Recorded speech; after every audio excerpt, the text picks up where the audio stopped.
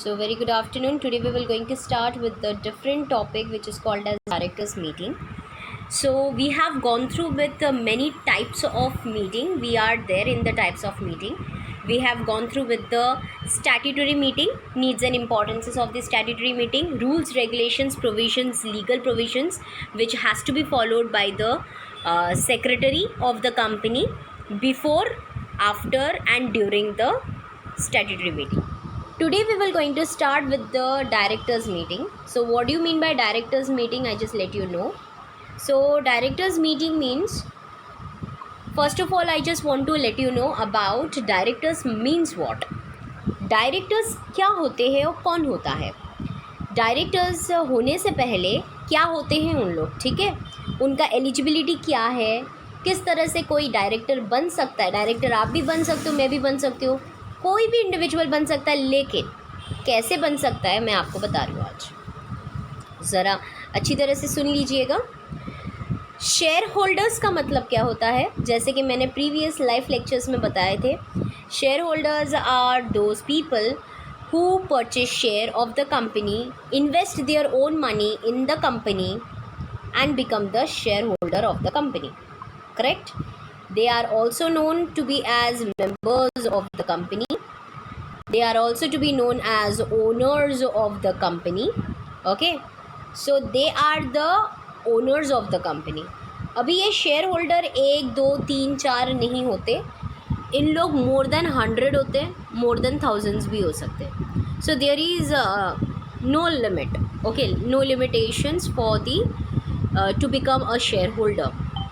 But yes, to become a director you have to be a share holder, क्योंकि director कौन होता है, they are the elected representative of the share holders. यानी कि अगर सोचो फॉर एग्जाम्पल मेरी कंपनी में, that is ABC limited company में, मेरे पास 10 शेयर होल्डर्स हैं, ओके, 10 शेयर होल्डर्स हैं, लेकिन मेरे पास डायरेक्टर्स नहीं हैं, तो मैं इन लोग को बोलूँगी कि अपने में से ही कोई भी 4 मुझे एज अ डायरेक्टर के रूप में दे, ताकि मैं अपना मैनेजमेंट संभाल सकूँ अपने कंपनी में. सो ये शेयर होल्डर में से ही इलेक्टेड रिप्रेजेंटेटिव जो होते हैं उनको बोला जाता है director. So director are who? They are the elected representative of the shareholders बच्चों. And जैसे कि फॉर एग्ज़ाम्पल इसको और इजी तरीके से अगर मैं आपको बताना चाहती हूँ कि जैसे कि आपके क्लास में जैसे CR होते, क्लास रिप्रेजेंटेटिव होता है, या मॉनिटर्स, आपने जूनियर मतलब कॉलेज स्कूल डेज़ में आपने मॉनिटरशिप किया रहेगा या देखा रहेगा, हर एक क्लास में एक मॉनिटर होता था. तो वो मॉनिटर कोई बाहर के क्लास में से नहीं होता था, आपके खुद के ही क्लासरूम में से कुछ कुछ बच्चे को नॉमिनेट किया जाता था, उसको वोटिंग मिलता था, एंड वो वोट के हिसाब से आपको क्या दिया जाता था, रिप्रेजेंटेटिव बनाया जाता था वो पर्टिकुलर क्लास में. वैसे ही शेयर होल्डर में से ही शेयर होल्डर को इलेक्ट किया जाता है, जिसको डायरेक्टर बोला जाता है. So I guess this is exactly clear from your mind कि who are the shareholders. So they are the responsible for day-to-day management of the company. The board it collectively enjoys very wide powers in the management of the companies. Yes, definitely. So board का मतलब क्या होता है, board of directors. board का मतलब क्या होता है बच्चों, बोर्ड ऑफ डायरेक्टर्स, जिनको इलेक्ट किया गया है from the share holders. Okay, so don't get confuse. Board अगर बोला तो ये अलग है, डायरेक्टर बोला तो ये अलग है. They both are one and the same. They are called as BOD, that is board of directors. उनको एक अलग सा ही मैनेजमेंट का पावर दिया जाता है ताकि वो मीटिंग कंडक्ट करे, अलग अलग मीटिंग्स जो कि इम्पॉर्टेंट है, and all the decisions must be taken at a duly convened and properly constitute meeting. और ऐसा नहीं है कि मेरे पास पावर है to be a director so I can do anything. They have to follow a proper provisions and a proper continued and constitute meeting में ये सारी चीज़ें करना ज़रूरी है. अगर कोई डायरेक्टर फेल होता है ये करने को तो फिर उसको पेनल्टीज़ भी लगती है, उसको फ़ाइन लगता है. और ऐसे भी हो सकता है कोई कोई चीज़ों में कि लीगल अथॉरिटी ये भी बताता है कि उसको इम्प्रिजनमेंट भी होता है, यानी कि जेल होता है। ओके, सो ये है डायरेक्टर का मीटिंग का मतलब। डायरेक्टर्स का मीनिंग क्या है वो भी मैंने बता दिया, और मीटिंग तो आपको समझ में ही आया रहेगा कि बोर्ड ऑफ डायरेक्टर्स का मीटिंग में इम्पॉर्टेंट चीज़ें डिस्कस किए जाते हैं, because those are related with the management of the company, they are the managers of the company. Okay, so objective क्या रहता है? ऑब्जेक्टिव का मतलब है एम क्या है। Okay, so aim is like issue and allotment of shares, calls of shares, forfeiture of shares, surrender of shares, transfer and transmission of shares, issue of debentures, formulation of general business policies, decisions about dividend on shares, and filing of various documents and returns with the registrar. So all these are nothing but the objectives. Objectives का मतलब क्या होता है? aims। मतलब आपको director क्यों बनाया है, उसके पीछे क्या मतलब है, ये डायरेक्टर मीटिंग क्यों बनता है, इसके पीछे का मतलब क्या है, ताकि वो शेयर्स को अलॉट कर सके, कॉल्स ऑन शेयर्स कर सके, फोरफिट यानी कि कैंसिलेशन कर सके शेयर्स का, सरेंडर कर सके, जो कोई भी अगर नहीं भर पाता है सही से टाइम टू टाइम शेयर के दाम कंपनी में, तो कंपनी क्या बोलता है, तुम एक काम करो, तुम सरेंडर कर दो। तो शेयर होल्डर बोल देता है हाँ मुझे I am unable to pay the money on time to the company, so company I want to surrender my shares to you, यानी कि मैं अपना जितना भी नाम का शेयर्स है वो सब के सब क्या कर रहा हूँ या कर रही हूँ, मैं सरेंडर कर रही हूँ। ओके, खुद से दे देना उसको बोला जाता है सरेंडर ऑफ शेयर्स।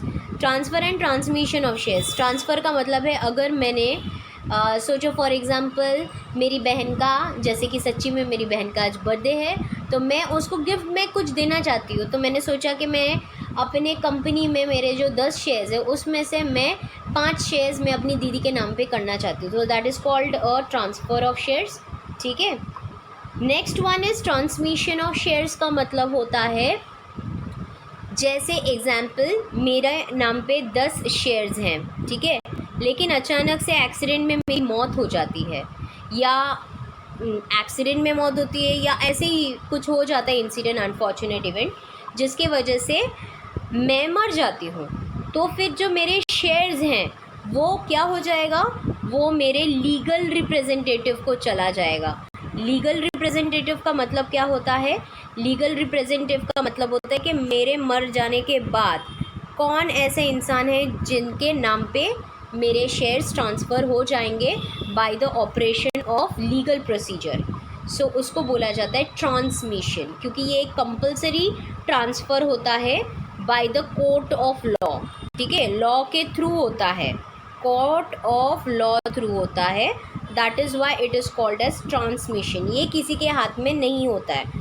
ओके, सो ऐसा भी हो सकता है अगर मैं मैरिड हूँ तो मेरे जितने भी शेयर्स हैं मेरे गुजर जाने के बाद मेरे पतिदेव को चला जाएगा, ठीक है, या अगर वो गुजर जाते तो उनकी जितने भी शेयर्स हैं मेरे नाम पे आ जाएगा। ओके, अगर सोचो मेरे पति भी नहीं हैं, मेरे बच्चे हैं, तो मेरे बच्चे के नाम पे डायरेक्टली चला जाएगा by the operation of law. और अगर सोचो I am unmarried, yes I am unmarried, so मेरे लीगल रिप्रेजेंटेटिव नहीं तो मेरी मम्मी हो सकती है, नहीं तो मेरी सिस्टर हो सकती है, नहीं तो मेरे पापा हो सकते हैं, कोई भी रिप्रेजेंटेटिव जो अधिकार मतलब जो क्लोज हैं उसके रिलेटेड रिलेशंस में, एंड उसको चला जाएगा। So that is what called transmission of shares. So I guess ये समझ में आया रहेगा आप लोगों को। Please can you tell me through via message you are able to understand? Okay, that's great, सबको समझ में आ रहा है। ऑलराइट, आगे बढ़ते हैं, 6th पॉइंट में बढ़ते हैं। इशू ऑफ डिबेंचर्स, जैसे इशू ऑफ शेयर्स होते हैं कि किस किस को देना है जिन्होंने अप्लाई किया है, वैसे ही डिबेंचर्स जो अप्लाई करते हैं तो उनको देना भी, अलॉट करना, डिस्ट्रीब्यूट करना डिबेंचर्स, ये एक बोर्ड ऑफ डायरेक्टर्स का कर्तव्य है। ओके, अधिकार है एंड राइट्स है। सो तभी ये 6th वाला पॉइंट क्लियर हो गया है। 7th one is formulation of general business policy, मतलब जनरली जो भी पॉलिसी बनता है ताकि बिज़नेस अच्छी तरह से कामयाब हो सके, आगे बढ़ सके, उस हिसाब से फॉर्मुलेशंस ये किया जाता है। Next one is decision about dividend on shares.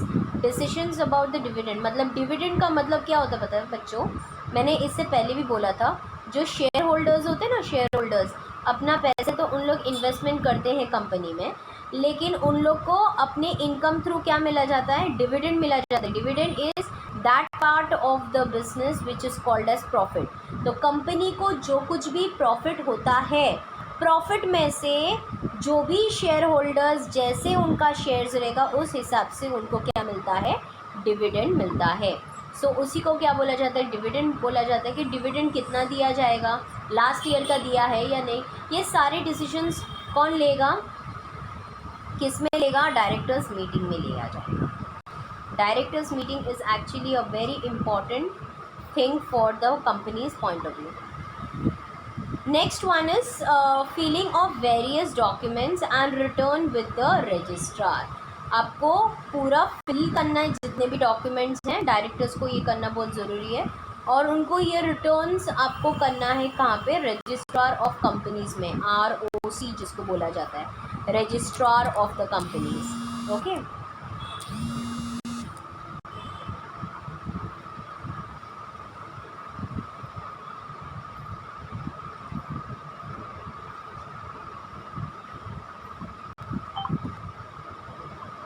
सो आपको ये समझ में आया बच्चों, फाइलिंग विद द रजिस्ट्रार। जैसे कोई भी आप काम करते हो तो रजिस्ट्रेशन ज़रूरी होती है। जैसे आपने कोई बंगलो ख़रीद लिया, लैंड ख़रीद लिया, तो उसके ऊपर जो रजिस्ट्रेशन लगता है वो रजिस्ट्रार ऑफ कंपनीज़ ही करता है, राइट। सो वैसे ही कंपनीज़ में भी रिलेटेड रहता है कि कोई भी चीज़ आप कार्य करते हैं तो उसको उसके अनुसार provision companies act, Indian companies act 1956 के अनुसार ये सारे डॉक्यूमेंट्स फाइल्ड होने चाहिए, रिटर्न्स फाइल होने चाहिए, डॉक्यूमेंटेशंस होने चाहिए रजिस्ट्रार ऑफ कंपनी से। और ये किसका दायित्व है, डायरेक्टर्स का। और ये सारे डिसीजंस कहाँ पे लिया जाएगा, डायरेक्टर्स के मीटिंग में लिया जाएगा। So I guess this is very much clear from your point of view. Now I am going ahead with the legal provisions. So legal provisions का मतलब होता है कि legally क्या ज़रूरत है, क्या क्या चीज़ों की ज़रूरत है। So number first one is called as authority to convey. So it is a very big authority to convey, that is the chairperson or the chairman of the board is the proper authority to convey the board meeting. So chairman जो है वो एकदम exactly proper authority है जो board meeting conduct करता है। So in practice the board itself declares the date of the next meeting. अलग अलग मीटिंग में नेक्स्ट मीटिंग कभी होने वाला है वो प्रीवियस मीटिंग में बताया जाएगा। जैसे कि फॉर एग्जांपल आज मीटिंग हुआ है तो नेक्स्ट कभी मीटिंग आने वाला है वो मैं आज की मीटिंग में बताऊंगी। ओके, सो इस तरह से यहाँ पे अथॉरिटी कौन बनाता है, chairman of the board of directors बनाता है। आ जाते हैं नेक्स्ट ये पॉइंट पे, that is time of holding. Time क्या रहेगा, so according to the company's act a meeting of the director must be held once in every 3 months, यानी कि 3 मंथ्स में एक मीटिंग कंडक्ट करना बहुत ज़रूरी है। और उसमें मिनिमम 4 मीटिंग इन, यानी कि पूरे साल में 4 मीटिंग होना बहुत ज़रूरी है। आप कैलकुलेशन कर सकते हैं, 12 मंथ्स होते हैं, उसको डिवाइड करो 3 से तो you will get 4 meetings. So 4 meetings तो होनी ही चाहिए। 3 मंथ्स में एक मीटिंग अगर होता है, ओके, तो फिर पूरे 12 मंथ्स में यानी कि 12 मंथ्स में आपको 4 मीटिंग कंडक्ट करना है। ठीक है, ये आपको ध्यान में रखना है, ये डायरेक्टर्स को ध्यान में रखना है। Next is notice.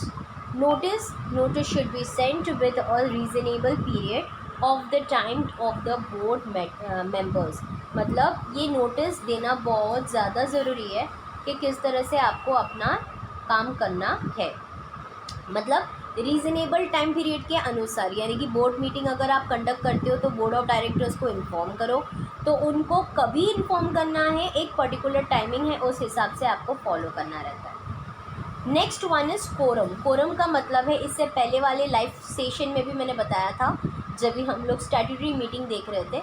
So quorum means what, it is nothing but it is 2 directors होने बहुत ज़रूरी ज़रूरी है, total number 2 directors whichever is higher, यानी कि नहीं तो 1/3 और नहीं तो 2 डायरेक्टर, इन दोनों में से जो भी हायर रहेगा उतने मेंबर्स होने चाहिए, उतने डायरेक्टर्स होने चाहिए मीटिंग में, नहीं तो वो मीटिंग नहीं कहलाया जाएगा। So am I clear this point to everyone? Please let me know by sending me message yes or no.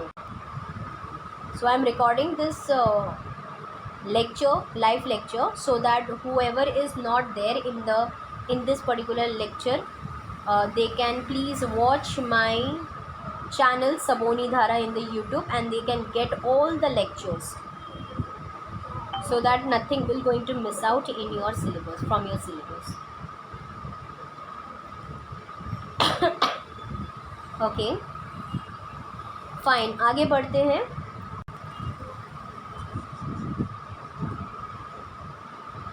Secretarial duties related to the board meeting. So secretarial duties related to the board meeting में क्या है?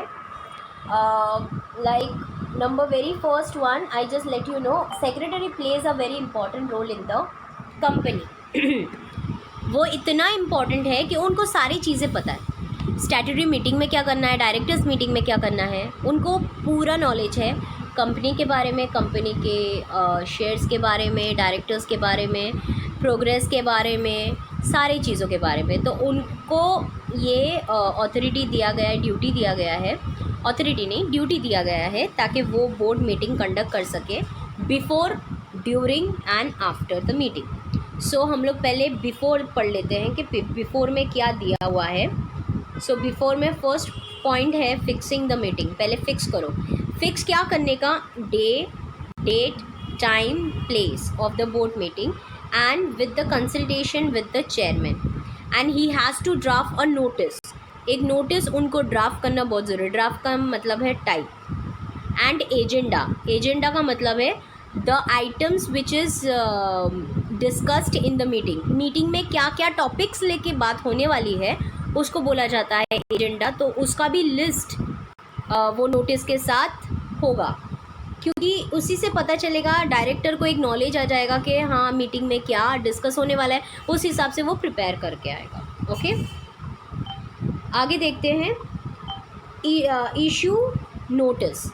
सो he has to send a written notice along with the agenda to all the directors at their addresses by ordinary post. So पहले के ज़माने में ordinary post होता था, अभी तो email through हो जाता है, DMAT through हो जाता है।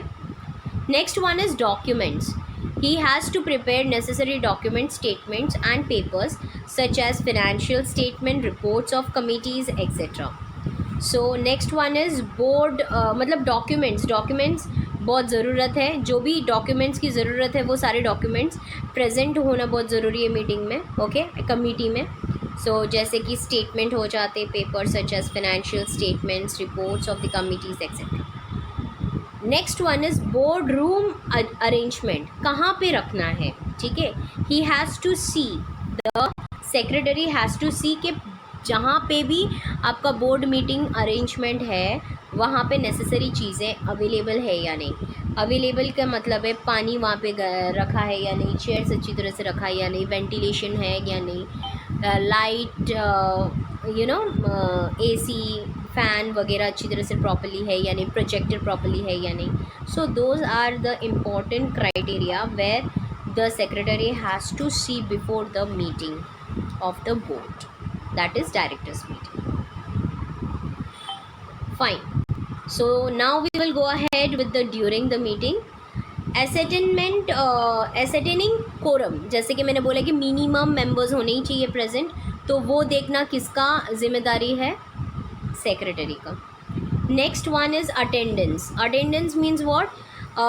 जितने भी डायरेक्टर्स आए हैं मीटिंग में, they have to go through with the attendance of the book of directors. Next one is reading minutes. Reading minutes का मतलब है सेक्रेटरी रीड करेगा मिनट्स बुक। मिनट्स बुक क्या होता है?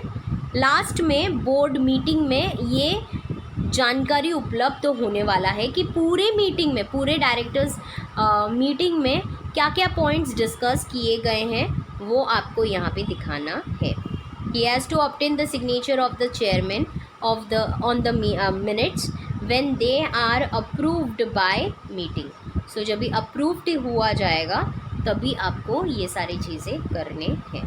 So that is what called reading minutes. So reading minutes is very much important to understand where it stands. Next one is supply of information. Supply of information का मतलब है जो कुछ भी necessary documents हैं वो प्रेजेंट करना directors के सामने डायरेक्टर्स मीटिंग में अनिवार्य है, बहुत ही ज़रूरत है. So that is why it is called as what, supply of information. Next one is notes of proceedings. Notes of proceedings का मतलब है he has to take down the notes of the proceedings of the meeting. This helps him at the time of the drafting the meeting. मतलब किस तरह से सारे proceedings, कौन से वार्तालाप हुए हैं, क्या क्या रेजोल्यूशन लिया गया है, डिसीजंस लिया गया है, डेट्स क्या है, ये सारी चीज़ें आपको लिखना बहुत ज़रूरी है मिनट बुक में. और ये कौन करेगा? सेक्रेटरी ड्यूरिंग द मीटिंग करने वाला है. So these all are the 5 important points during the meeting of the directors. Now we will go ahead with the next thing. Next point, that is payment of allowances. So he has to make a suitable arrangement for payment of admissible allowances to the directors present in the meeting. So जो भी allowances हैं suitable arrangement किया गया है या नहीं, वो permission लेना बहुत ज़रूरी है चेयरमैन से डायरेक्टर्स मीटिंग में, और उनको बताना बहुत ज़रूरी है ये सारी चीज़ें का खर्चा आया है नहीं आया, ये अलाउंसेस है या, ठीक है. Now we will go ahead with the duties after the meeting by the secretary of the company. So only 2 points are there which you need to understand very well. Drafting meeting. Drafting meeting का मतलब है, drafting का मतलब है आपको type करके रखना है, आपको लिख कर रखना है, राइट. ड्राफ्टिंग उसको बोला जाता है in commerce language. And meeting में जो कुछ भी हुआ है वो आप डिस्कस करेंगे मिनट्स बुक में. वो मिनट्स बुक का मतलब ही है, नाम से ही आपको समझ में आ जाना चाहिए. मिनट्स का मतलब है आवर से कम को बोला जाता है मिनट, राइट. सो पूरे मीटिंग में जो कुछ भी डिसाइडेड हुआ है वो सारी चीज़ें आप मिनट्स बुक में क्या करेंगे, लिखेंगे, ड्राफ्ट करके रखेंगे. एंड सिर्फ ड्राफ्ट करके लिखना नहीं, जो भी डिसीजंस लिया गया है डेट्स के साथ वगैरह वगैरह, वो आपको इम्प्लीमेंटेशन करना उसके अनुसार इम्पॉर्टेंट है. और वो कौन और किसका रिस्पॉन्सिबिलिटी है? सेक्रेटरी का responsibility. So this is it for today's lecture. हम लोग ने आज डायरेक्टर्स मीटिंग बताया है, डायरेक्टर का मतलब क्या होता है, लीगल प्रोविजंस क्या होता है, ऑब्जेक्टिव्स क्या होता है, किस तरह से सेक्रेटरी का यहाँ पे काम होता है before the meeting, during the meeting and after the meeting. So ये सारी चीज़ें रिलेट करता है. So students, I guess you all got the points very clearly. If you are not getting it, don't worry, please listen this particular video once again from my end, and then you will come to know what it is there. So please message me whether you have gone through, is it any doubt is there, please ask me upfront. Okay, समझ में आया इसका मतलब.